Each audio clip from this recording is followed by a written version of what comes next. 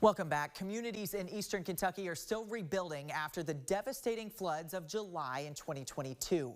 14 to 16 inches of rain in just a few hours fell. Now researchers are working to better predict and prevent these deadly disasters. That flood event was certainly not like the first of its kind, and clearly not the last of its kind. But I think sort of a wake-up call. 45 lives were lost and nearly 9,000 homes destroyed, leaving countless families with nothing. The National Weather Service says the 2022 Eastern Kentucky floods were the deadliest non-tropical flooding event in the U.S. since the late 1970s. Now, after another round of deadly flooding in western North Carolina, experts are racing to understand flash flooding in Appalachia. We're particularly interested in understanding how flooding works in that region. It's kind of unique topographically. We have some unique opportunities because of our long-term data to evaluate that, analyze it, and then better understand how flooding and flood risk maybe is changing over time. The 4-year project is a team effort by engineers and scientists from several universities, including UK and EKU. Their goal? To help vulnerable communities prepare for the inevitable when history repeats itself. We're really interested in working with community members to better understand like what kinds of warning systems or technologies might work well in local communities.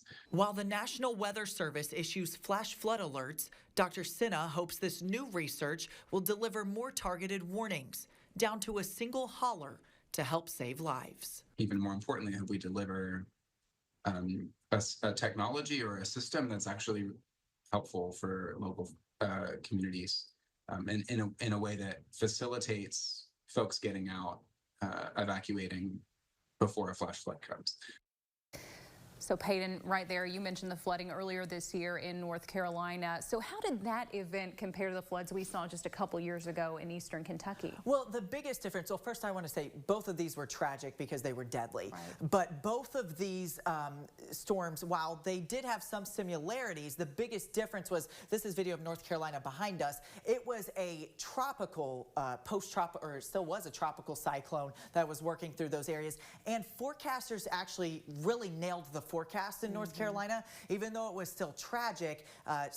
Obviously over a foot of rain fell in some of these areas, and they got the forecast correct. What was different about eastern Kentucky back in the summer of 2022, it wasn't expected. Oh, I remember that morning. Yes. It was a shock. Yes, yeah. it was. We were both working that Yes. morning. Yes, it was a shock. It was not expected, and just these storms just rolled over the same few counties or several counties over and over again, and we saw again over a foot of rain in eastern Kentucky as well. So really with this research project that the folks at multiple universities across here in Kentucky, even in West Virginia as well, what they're trying to do is not only research and find out how this is happening, why it's happening, but try to help maybe get a specific warning for a specific community. The Weather Service issues flash flood warnings already, but maybe an alert for your street, your neighborhood, more specific to help save lives in the long run. So we hope this never happens again, but we got to be prepared if it does, and really that's the goal of this whole thing. So. Yeah.